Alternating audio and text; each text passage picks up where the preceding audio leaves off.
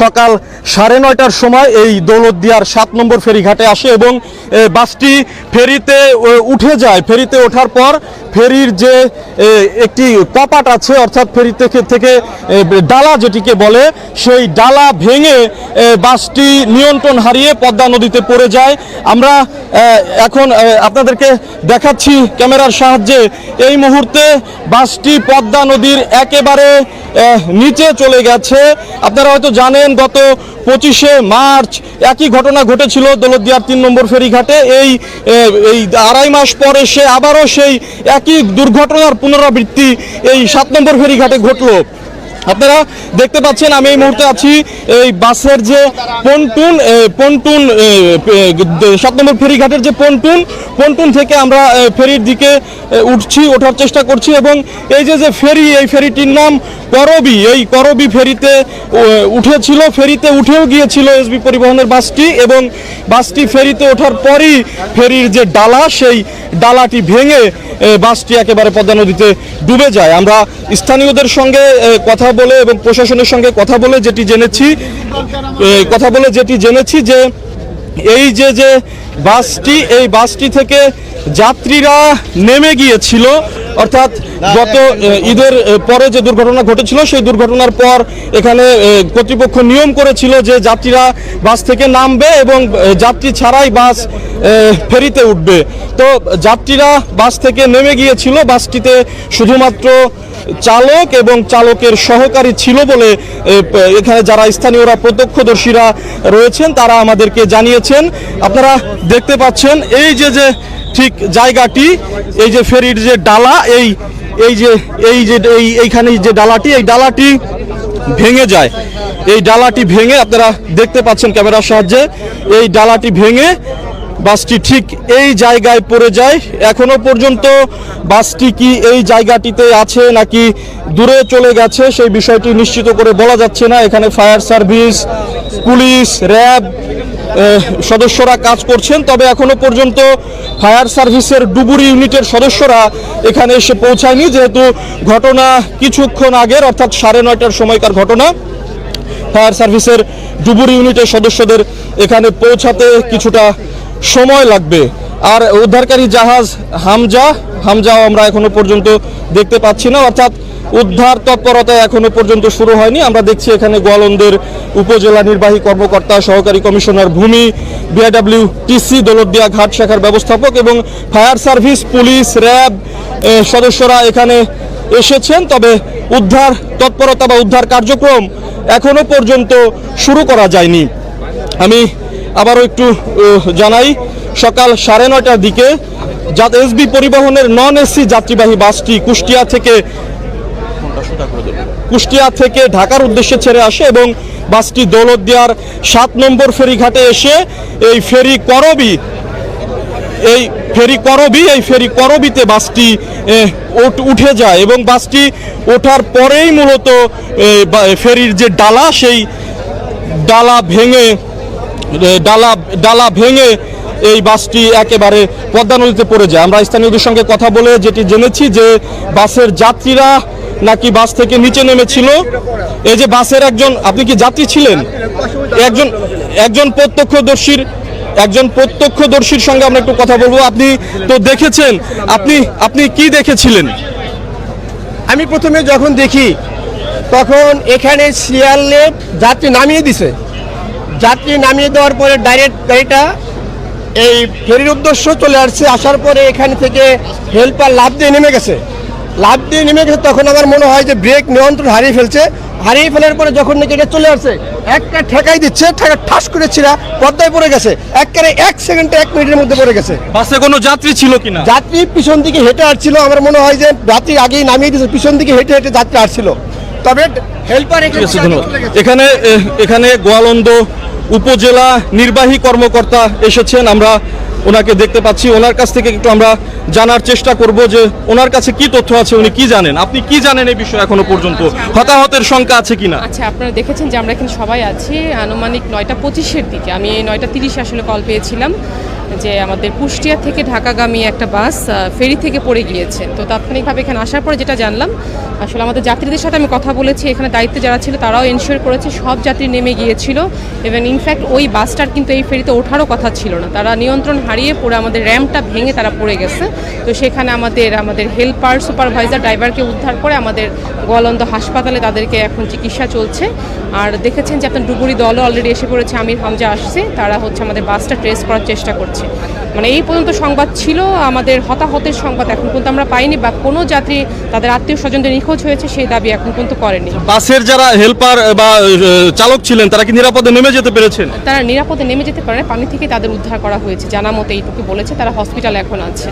আচ্ছা, গোয়ালন্দ উপজেলা নির্বাহী কর্মকর্তার সঙ্গে আমরা কথা বলছিলাম। তিনি আমাদেরকে যেটি জানাচ্ছেন যে এখানে বাসের যারা সহকারী, চালকের সহকারী এবং চালক ছিলেন তারা নাকি নিরাপদেই নেমে যেতে, অর্থাৎ এখানে স্থানীয়দের সহযোগিতায় তাদের নাকি উদ্ধার করে হাসপাতালে নেওয়া হয়েছে, এমনটি বলছেন উপজেলা নির্বাহী কর্মকর্তা। তবে বাসটি উদ্ধার তৎপরতা কিছুক্ষণের মধ্যেই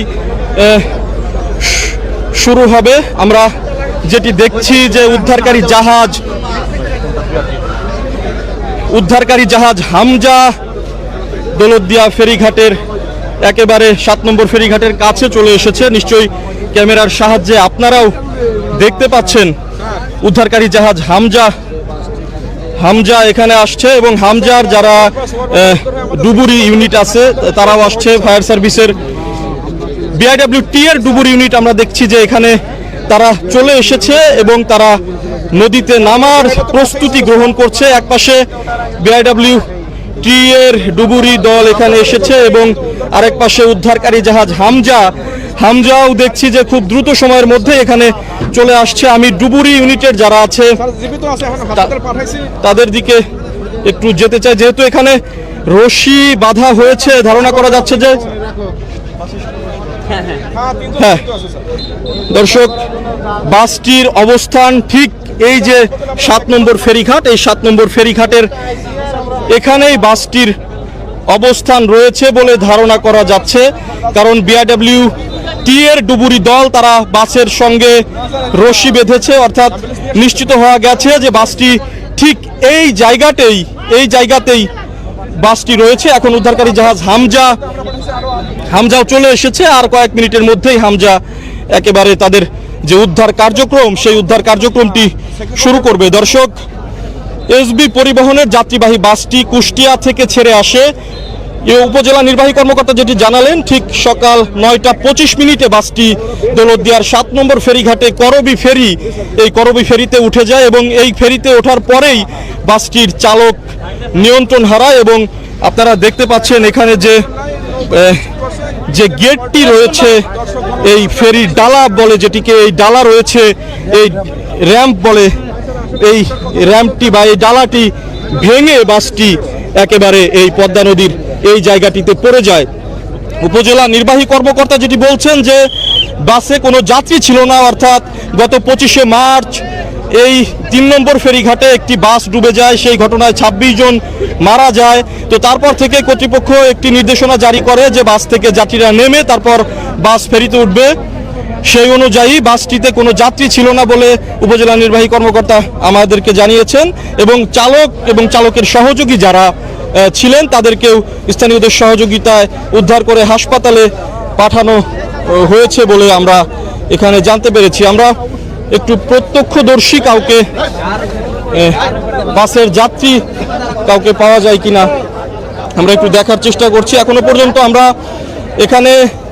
আমরা আছি কোনো যাত্রী বা স্বজনের আওয়াজে আমরা দেখতে পাচ্ছি না, অর্থাৎ কারো স্বজন নিখোঁজ আছে বা নদীতে ডুবে গেছে এমন কোনো বিষয় এখানে আমরা এখনো পর্যন্ত দেখতে পাচ্ছি না। যেমনটি আমরা দেখেছিলাম গত 25শে মার্চ 3 নম্বর ফেরিঘাটে বাসডুবিতে এই নদীর পাড়ে একটি হৃদয় বিদারক দৃশ্য তৈরি হয়েছিল, স্বজনদের আহাজারি ছিল, কিন্তু এই ঘটনায় আমরা সেই বিষয়টি দেখতে পাচ্ছি না। হয়তো যাত্রীদের মালামাল থেকে থাকতে পারে বাসের মধ্যে, কিন্তু উপজেলা নির্বাহী কর্মকর্তা এবং স্থানীয়রা যেটি বলছেন বাসের মধ্যে কোনো যাত্রী না থাকার সম্ভাবনাই বেশি।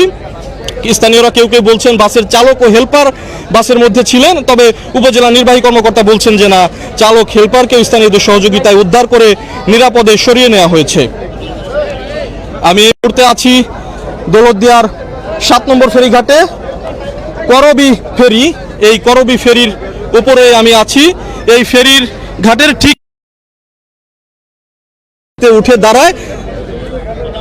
দাঁড়ানোর পরই বাসটি এই যে এই ফেরির যে ডালা বলা হয়ে থাকে সেই ডালাটি ভেঙে একেবারে নদীতে পড়ে যায়। এই যে একের পর এক এই যে দুর্ঘটনা এই দৌলতদিয়া পাটুরিয়া নৌরুটে ঘটছে, এই ঘটনায় কর্তৃপক্ষের উদাসীনতাকে দায়ী করছে এই স্থানীয়রা। কারণ আপনারা এর আগেও দেখেছেন যে ঠিক একইভাবে এই একটি বাস ডুবে যায়, 26 জনের প্রাণহানির ঘটনা ঘটে। সেই বাসটি পন্টুন থেকে পড়ে গিয়েছিল, পন্টুনে কোনো নিরাপত্তা ব্যবস্থা ছিল না। আমরা দেখেছি যে নামে মাত্র পন্টুনে কিছু রেলিং দেওয়া হয়েছে, নিরাপত্তা ব্যবস্থা মানে লোক দেখানো বা আইওয়াশের মতো বলা চলে, যে নিরাপত্তা ব্যবস্থা খুব বেশি একটা কার্যকরী না। সেই একই ঘটনার পুনরাবৃত্তি ঘটলো, একই রকমই ঘটনা। এখানে একটি ফেরির যে ডালা, এই ডালা ভেঙে বাসটি একেবারে নদীতে ডুবে যায়। তো এই ডালার যে নিরাপত্তা থাকার কথা, কেমন নিরাপত্তা ছিল এখানে, এই বিষয়টি নিয়ে এখানে যারা যাত্রীরা এবং যারা স্থানীয়রা আছে তারা প্রশ্ন তুলেছেন যে একটি ফেরি, সেই ফেরির ডালা ভেঙে একটি বাস নদীতে ডুবে যাবে, এই বিষয়টি নিয়ে স্থানীয়রা ক্ষোভ প্রকাশ করেছেন। আপনারা দেখতে পাচ্ছেন উদ্ধারকারী জাহাজ হামজা এরই মধ্যে এখানে চলে এসেছে। BIWT এর যারা ডুবুরি ইউনিট আছে, ফায়ার সার্ভিসের ডুবুরি ইউনিট আছে, তারা সমন্বিতভাবে কাজ করছেন। তারা উদ্ধার কার্যক্রম বলা চলে যে এরই মধ্যে শুরু হয়ে গেছে। একটি বিষয় বলে রাখি, আমরা দেখেছিলাম দৌলতদিয়ার 3 নম্বর ফেরিঘাটে সেই ভয়াবহ বাস দুর্ঘটনা, সেই দুর্ঘটনার পর একটু দীর্ঘ সময় লেগেছিল উদ্ধারকারী জাহাজ হামজা আসতে, তবে আজকে দেখা যাচ্ছে যে খুব দ্রুত সময়ের মধ্যেই হামজা দৌলতদিয়ার 7 নম্বর ফেরিঘাটে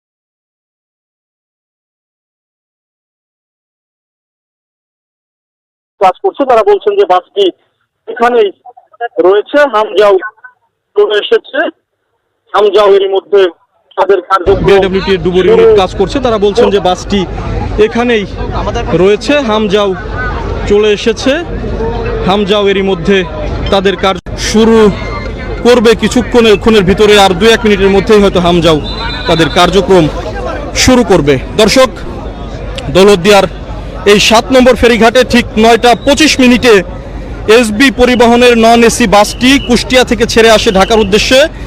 এই 7 নম্বর ফেরিঘাটে এসে ফেরি করবি, এই করবিতে বাসটি ওঠে এবং ওঠার পরই এই বাসটির চালক নিয়ন্ত্রণ হারিয়ে এই যে ফেরির এই যে ডালাটি, এই ডালাটি একেবারে ভেঙে বাসটি নদীতে ডুবে যায়। এখানে নিরাপত্তা ব্যবস্থা নিয়ে একটি প্রশ্ন তৈরি হয়েছে। আপনাদেরকে আমি দেখাতে চাই যে এখানে ডালা সাধারণত এখানে আপনারা দেখতে পাচ্ছেন মোটা চেইন, এই চেইন দিয়েই আটকানো থাকে, বা এখানে যে মানে শক্ত কবজা, এই কবজা দিয়ে আটকানো থাকার কথা। কিন্তু কি ধরনের নিরাপত্তা ব্যবস্থা এখানে ছিল সে বিষয়টি নিশ্চয়ই তদন্ত কমিটি গঠন হবে। পরবর্তীতে এই এখানে কারো গাফিলতি আছে কিনা বা কিভাবে দুর্ঘটনাটি ঘটলো এই বিষয়টি এই পরবর্তী অনুসন্ধানে হয়তোবা তদন্ত কমিটি উঠে আনবে। তবে আমরা এখন যেটি দেখতে পাচ্ছি ফায়ার সার্ভিসের ডুবুরি ইউনিট এবং বিআরডব্লিউটি এর ডুবুরি ইউনিট তারা এখানে কাজ করছেন, উদ্ধার তৎপরতা চালাচ্ছেন। তবে আশার কথা হচ্ছে যে ধারণা করা যাচ্ছে এই ঘটনায় তেমন কোনো হতাহতের আশঙ্কা নেই, কারণ আমরা দেখেছি গত 25শে মার্চ রাজবাড়ীর দৌলতদিয়ার 3 নম্বর ফেরিঘাটে একটি দুর্ঘটনা ঘটে, সেখানে 26 জনের প্রাণহানি হয়। তারপরে কর্তৃপক্ষ একটি নির্দেশনা জারি করে বাস থেকে যাত্রীরা নেমে তারপর বাস ফেরিতে উঠবে। ঠিক তেমনটি আজকে ঘটেছিল, যাত্রীরা বাস থেকে নেমে গিয়েছিল এবং বাসটি ফেরিতে উঠে গিয়েছিল এবং ফেরিতে ওঠার পরই মূলত নিয়ন্ত্রণ হারিয়ে এই ফেরির ডালা ভেঙে বাসটি নদীতে পড়ে যায়। সেক্ষেত্রে স্থানীয়রা এবং প্রশাসন যেটি বলছেন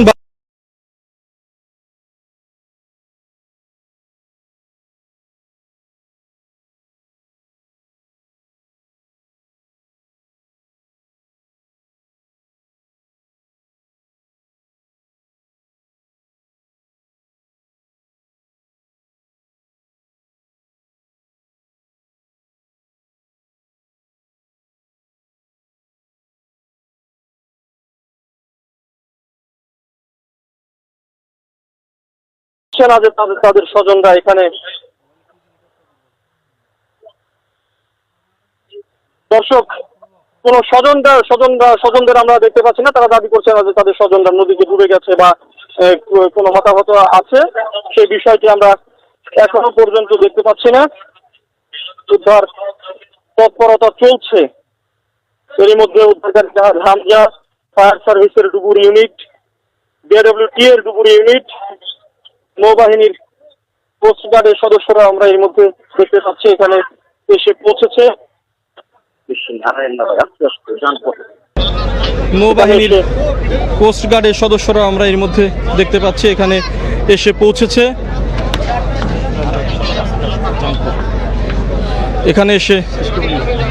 এখানে এসে পৌঁছেছে।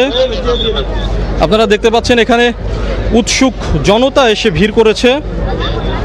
তবে স্বজনদের কোনো আহাজারি বা স্বজনদের কোনো আর্তনাদ এখনো পর্যন্ত আমাদের চোখে পড়েনি। দর্শক,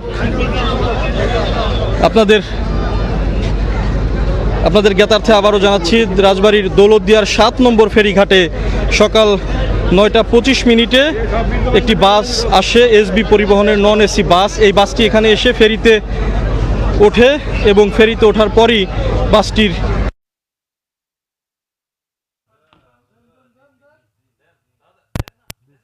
কথা বলেছি এবং প্রশাসনের সঙ্গে কথা বলেছি যে এখানে তেমন কোনো হতাহত নেই। তার কারণ যাত্রীরা বাস থেকে আগে নেমে গিয়েছিল, খালি বাস এই ফেরিতে উঠেছিল। উপজেলা নির্বাহী কর্মকর্তা যেটি জানিয়েছেন যে বাসটির চালক এবং চালকের সহকারী যারা ছিলেন তাদেরকে স্থানীয়রা নিরাপদে তুলে নিয়ে তাদেরকে হসপিটালে ভর্তি করা হয়েছে। ঠিক এই মুহূর্তে